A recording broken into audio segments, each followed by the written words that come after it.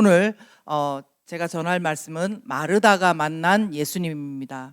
마르다가 만난 예수님. 자, 여러분 마르다 많이 들어보셨죠? 마르다에 대해서는 다 잘 알고 계실 것입니다. 근데 그 마르다가 예수님을 만났는데 그 예수님을 만난 것에 변화가 있더라는 이야기입니다. 네, 잠깐만요.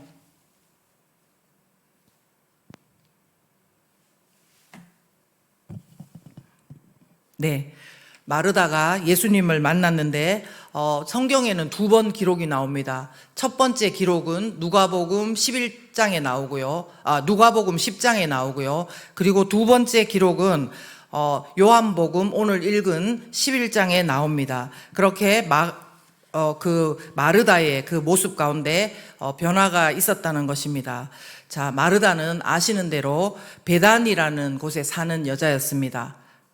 그리고 이 베다니는 예루살렘이 있는데 거기에서 3km 정도밖에 떨어지지 않은 곳이랍니다. 그리고 아시죠? 마르다가 언니고 마리아는 동생이고 그들 가운데 오빠가 있었다는 것입니다. 그들의 나이는 결혼한 이야기가 없는 걸로 봐서 아마 20대쯤 됐을까 그렇게 생각했는데 그것은 우리의 생각이고 이스라엘에는 13살이 되면 성인식을 한다고 합니다. 그러니까 아마 10대 중반에서 20대 초반 안 되었을 수도 있다는 것입니다. 나이가 이제 그래도 생각보다는 어린 거죠. 어쨌든 요한복음에서는 특별히 마르다와 마리아와 나사로 이 3남매에 대해서 예수님이 어떻게 생각하셨는지를 기록하고 있습니다. 요한복음 11장 5절인데요. 한번 보실까요? 요한복음 11장 5절에 보시면 예수께서 본래 마르다와 그 동생과 나사로를 사랑하시더니 라고 말씀하고 있습니다. 사랑하시더니 이곳에 그 시제는 미완료라는 것입니다. 그러니까 미완료는 뭐겠습니까? 끝나지 않았다는 거죠. 그러니까 과거는 물론 지금까지도 예수님이 계속 사랑하고 있는 그 가정이었다는 것입니다. 본래 사랑하셨다는 겁니다. 여러분, 본래 사랑받는 거는 계속 처음부터 지금까지 사랑받고 있는 사람들인 것입니다. 그런데 오늘 본문의 시작은 사랑받는 사람들인데도 불구하고 나사로가 죽은 지 무덤에 있은 지 이미 나흘이나 지난 시점이라는 것입니다. 나사로가 병이 걸려서 죽은 지 나흘 지난 시점에 예수님께서 마르다와 마리아의 집으로 오시는 장면입니다. 이 소식을 듣고요, 마르다는 곧바로 성경에 보면은 곧 나가서 예수님을 맞이했다 그럽니다. 사실요, 아까도 말씀드렸지만 마르다가 예수님을 만난 것은 그전에도 있었습니다. 누가복음 10장에 그 내용이 나오는데요. 그때는 마르다가 나가서 예수님을 본인의 집으로 초대를 했습니다. 그런데 그렇게 초대를 했을 때 마르다의 그 마음과 믿음이 그곳에서 드러납니다. 자, 그렇다면은 도대체 누가복음에서 그 드러나는 마르다의 모습, 예수님을 만날 때 드러나는 모습은 어떤 것이고 또 무슨 가르침을 받았는지 우리가 한번 보겠습니다. 첫 번째 누가복음에서 예수님은 마르다에게 무엇을 말씀하셨냐면요, 좋은 편을 택하고 빼앗기지 말라고 하셨습니다. 자막 한번 보여주시겠습니까? 뭐라고 하셨다고요? 좋은 편을 택하고 빼앗기지 말라, 그렇게 하셨습니다. 택하고가 제가 빠뜨렸네요. 좋은 편을 하여튼 빼앗기지 말라는 것입니다. 앞서도 말씀드렸지만 마르다는 수많은 기적을 행하시고 병든 자를 치유하시는 예수님을 자기 집으로 모셨습니다.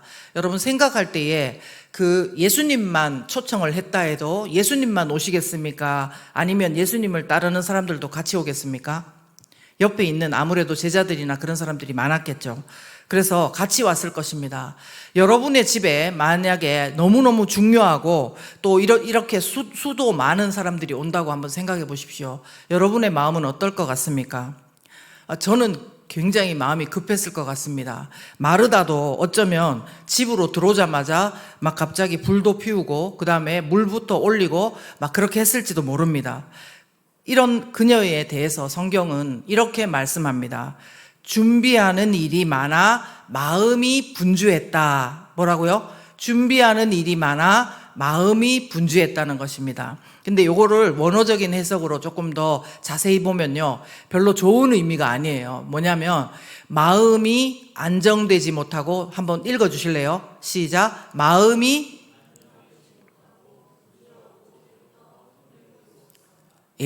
안정되지 못하고 분주하고 들떠 허둥대고 있었다는 것입니다. 자, 그러니까 누구를 보겠습니까? 자기를 도와줄 사람을 찾지 않겠습니까? 그런데 이렇게 눈을 이렇게 해서 보니까 동생 마리아가 보이는데, 마리아는 대접하는 것을 돕는 게 아니라 어디에 있었냐면 예수님의 발치에 앉아서 예수님의 말씀을 듣고 있었다는 것입니다. 이런 마리아를 보면서 마르다의 입장에서는 조금 화가 날 수도 있는 것 같습니다. 여러분 생각은 어떠십니까? 에이, 괜찮아. 그렇습니까? 저는 조금 화가 날 수 있는 것 같아요. 아, 왜 안 도와주지? 예. 그런데 그래서인지 마르다가 예수님께 이렇게 말합니다. 누가복음 10장 40절 중반인데요. 마르다가 예수님한테 묻는 질문이에요. 한번 읽어보시겠습니다. 시작.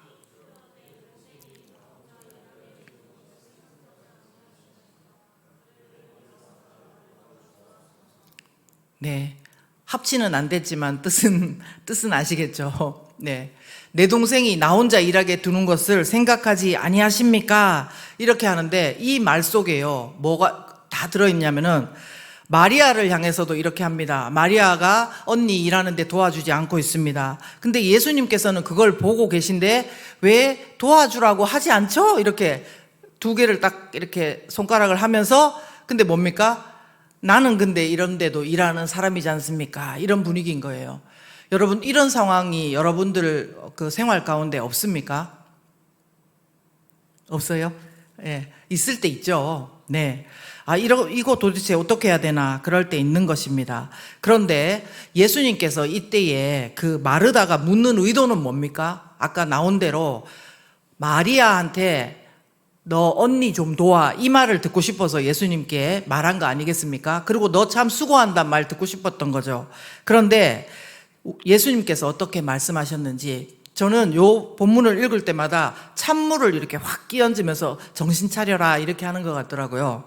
자, 41절과 42절인데요. 여러분이 좀 읽어주시기 바랍니다. 시작.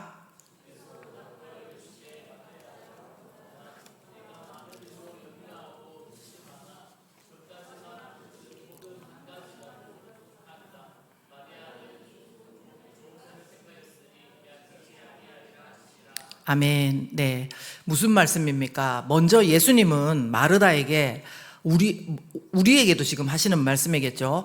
많은 일로 염려하고 근심하지 말라는 것입니다. 많은 일로 마르다야 마르다야 이렇게 부르면서 말씀하신다는 거죠. 저한테도 그렇게 말씀하시겠죠. 현주야 현주야 이렇게 두 번이나 부르시면서 다정은 하지만 사랑하시지만 그래도 단호하게 말씀하시는 것입니다. 네가 많은 일로 염려하고 근심하지만 그러지 말라는 것입니다. 그리고 몇 가지만 하든지 혹은 한 가지만이라도 족하니라 이렇게 말씀을 하시는 것입니다. 이것을요, 공동 번역으로 보면 번역이 조금 우리 개역 개정하고는 다르더라고요. 이렇게 돼 있어요. 실상 필요한 것은 한 가지뿐이다. NIV도요. 그러나 오직 한 가지만이 필요하다 이렇게 번역을 하고 있다는 것입니다. 그래서 이것은 일의 가지수를 줄이라 그런 이야기는 아니고요, 또 일하지 말라는 이야기도 아닙니다. 물론 일의 가지수를 줄이는 것이 더 좋기는 좋겠죠. 그러나 그렇다고 해서 일하지 말라는 것은 아니라는 것입니다. 우리 모두에게 그것 외에 정말 중요한 한 가지가 있다는 것입니다. 그게 뭐냐면요, 바로 이어지는 말씀인데 조금 전에 봤어요. 누가복음 10장 42절 하반절에, 자, 한번 보여주세요. 마리아는 이 좋은 편을 택하였으니 빼앗기지 아니하리라 이렇게 말씀하시는 것입니다. 즉 마리아처럼 어떻게 하는 게 중요하다고요? 예수님께 집중하는 것이 중요하다는 것입니다. 예수님께 집중하는 것, 그것을 예수님께서는 좋은 편이라고 하셨고 그것을 빼앗기지 않으리라 그렇게 말씀하셨습니다. 누가 방해를 한다고 해도, 무엇이 방해를 한다고 해도 마리아가 그 좋은 편을 택했으니 빼앗기지 않으리라는 것입니다. 그런데요, 여러분들은 그런 생각 하신 적이 있는지 모르겠는데 우리는 가만히 예수님 발 밑에 앉아서 말씀을 듣는 그 마리아를 보면서 야, 저 정도는 나도 할 수 있겠다. 저게 훨씬 더 쉽지. 이렇게 말을 할 수 있을 것입니다. 그러나 알고 보면 그런 것도 아니었습니다. 왜냐하면요, 우리가 보기에 가만히 앉아서 말씀을 듣는 것 같은 마리아의 그 고요한 그 뒷모습 속에도요, 치열한 나름의 전투가 있더라는 거예요.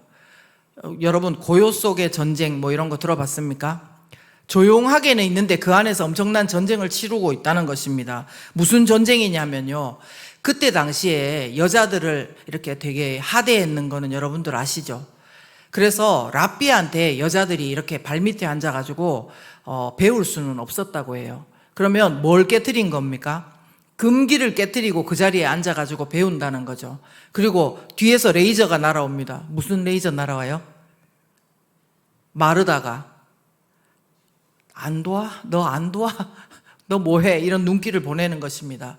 근데 그거를 다 뒤로 하고 마리아는 예수님 발치에 앉아서 자신의 그 예수님을 향한 관심과 사랑을 표현하면서 예수님 말씀을 들음으로 좋은 편을 선택한 것입니다. 여러분 사실 우리도 요즘 마르다처럼 준비하는 일이 많아서 많이 마음이 안정되지 못하고 분주하고 들떠서 허둥대고 그런 일 있지 않습니까? 이것도 준비해야 되고 저것도 준비해야 되고 청년 시기에는 더 많이 그런 것들이 필요한 시기인 것 같습니다.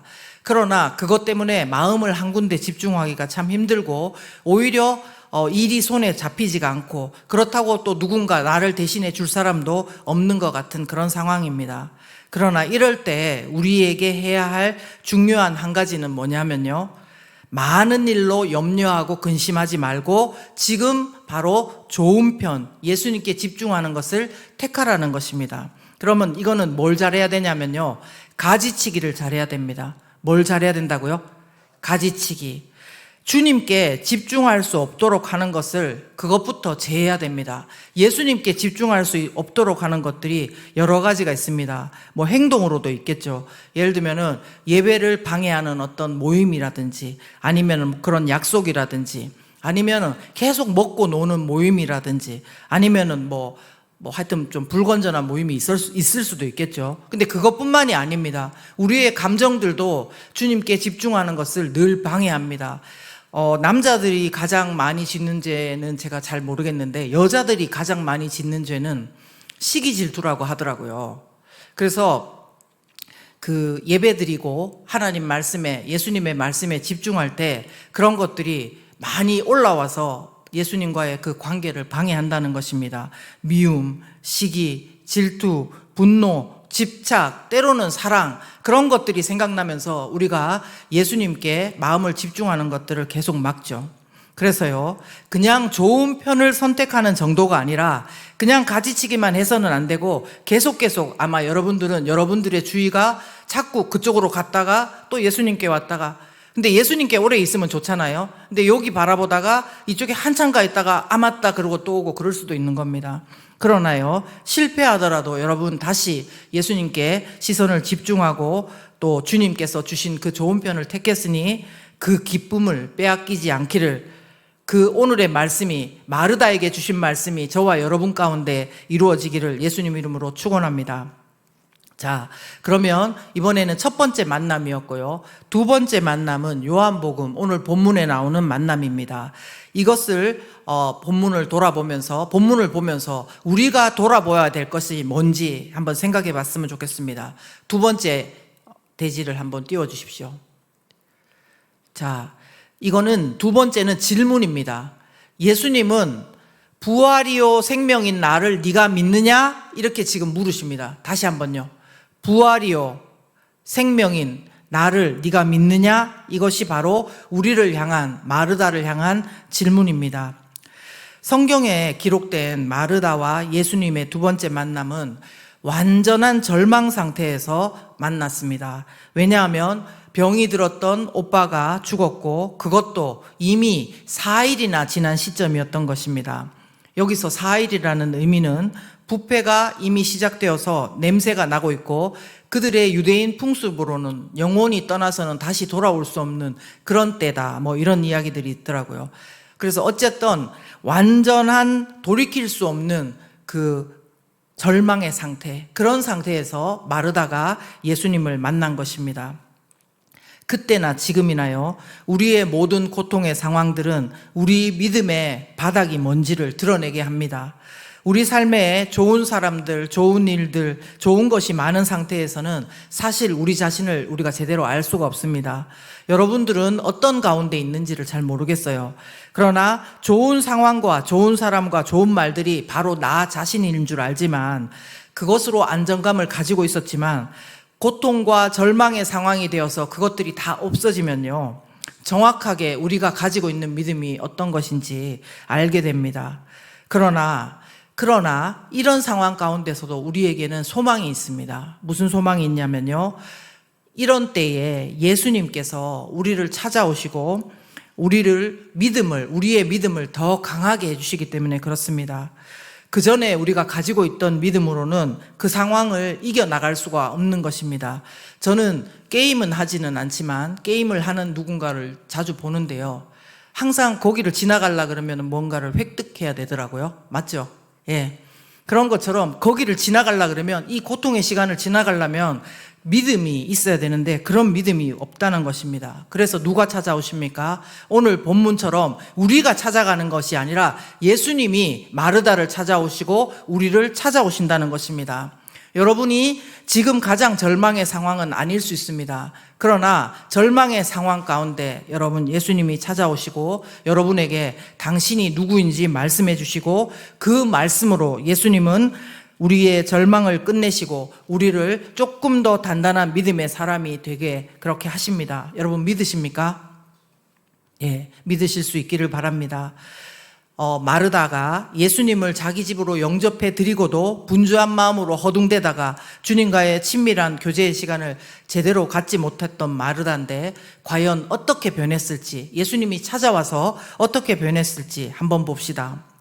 오빠 나사로의 죽음으로 인해서 슬픔과 절망의 시간을 보내던 마르다에게 예수님이 찾아왔을 때 그녀가 예수님에게 제일 먼저 한 말은 이거였습니다. 주께서 여기 계셨더라면 내 오라버니가 죽지 아니하였겠나이다, 이런 말을 했다는 것입니다.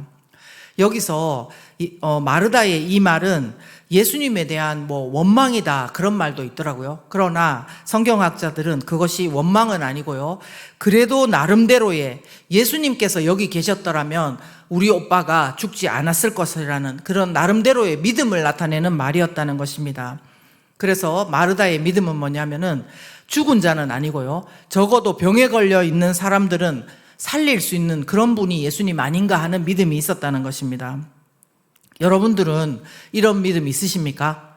아플 때 그 병 고칠 수 있는 그 분이 바로 예수님임을 믿습니까? 믿으세요? 네, 고개 끄덕끄덕 하시네요. 맞아요. 그렇습니다. 여러분이 잘 모를지 몰라도 여러분들의 어머니와 아버지는, 때로는 친구들은 여러분들이 아플 때 기도하고 여러분들이 낫는 것을 경험했고 응답을 받았던 사람들입니다. 또 그것이 이제 믿음이 있다는 증거죠. 뿐만 아니라요, 마르다는 어떤 믿음도 있었냐면 죽어가는 자를 살릴 수 있는 분이 예수님이라는 믿음도 있었지만 부활에 대한 믿음도 있는 것을 발견할 수 있습니다.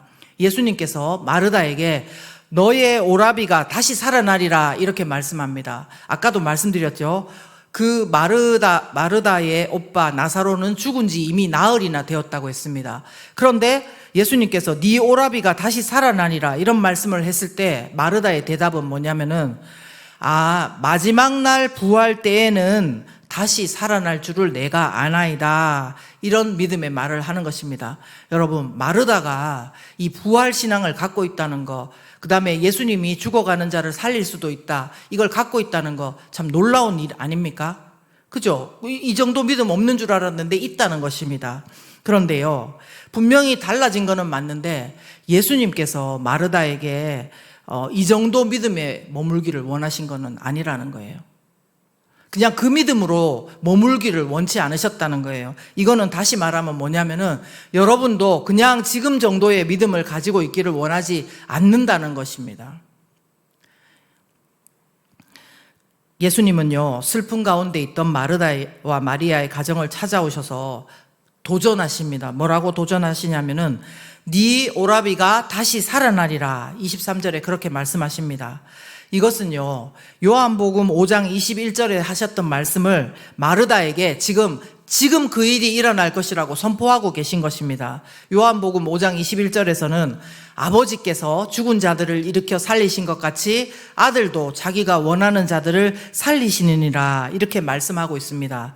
그런데 마르다는 이 말씀이 오늘 자기 상황에 이루어지는 것으로는 믿지 못했습니다. 아마 대부분 그럴 것이라고 생각합니다. 우리의 이성으로 믿을 수 있는 것은 아닙니다.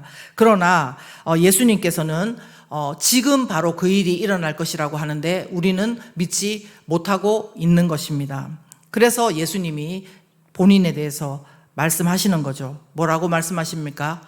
내가 뭐라고요? 부활이요. 그 말씀 좀 띄워주시겠습니까? 부활이요 생명이니 나를 믿는 자는 죽어도 살겠고 무릇 살아서 나를 믿는 자는 영원히 죽지 아니하리니 이것을 네가 믿느냐, 이렇게 말씀하시는 것입니다.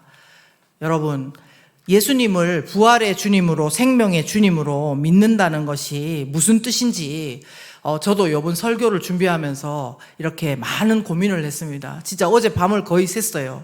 왜냐하면요, 올해 저 제일 초반에 그 뽑는 말씀 있죠. 그 말씀이 바로 이 말씀이었습니다. 나는 부활이요 생명이니 나를 믿는 자는 죽어도 살겠고 무릇 살아서 나를 믿는 자는 영원히 죽지 아니하리니 이것을 믿느냐. 이 목사로서의 대답은 믿는다 맞습니다. 그런데 부활에 대해서 말씀을 드리려고 하니까 제가 모르는 것이 너무 많고 안 믿고 있는 것들이 많더라는 것입니다. 성경 지식은 분명히 알고 있는데 안 믿고 있는 것이 너무 많더라는 것입니다. 여러분은 어떠십니까? 여러분의 솔직한 믿음의 현주소는 무엇인지 제가 묻고 싶습니다.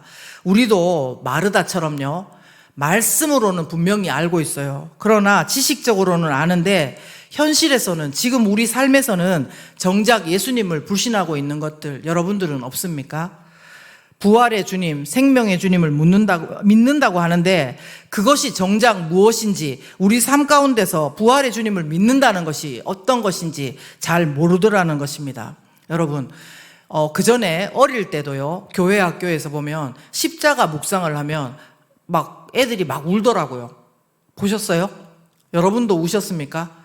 저도 어릴 때부터 교회에 다녔기 때문에 십자가 걸어놓고 앞에서 기도를 하는데 뭣도 모르고 막 울었는 것 같아요. 왜냐하면 예수님이 십자가에 달리신 거는 불쌍하다, 뭐 아프겠다, 나를 위해서 달리셨다고 하니까 그것이 생각나서 울었습니다. 그런데요, 부활의 주님이라고 하니까 분명히 예수님은 십자가에서 달린 주님이시기도 하지만 오늘 분명히 부활의 주님이고 생명의 주님이라고 하시는데도 그것이 내 삶 가운데는 잘 연결이 안 되는 것입니다.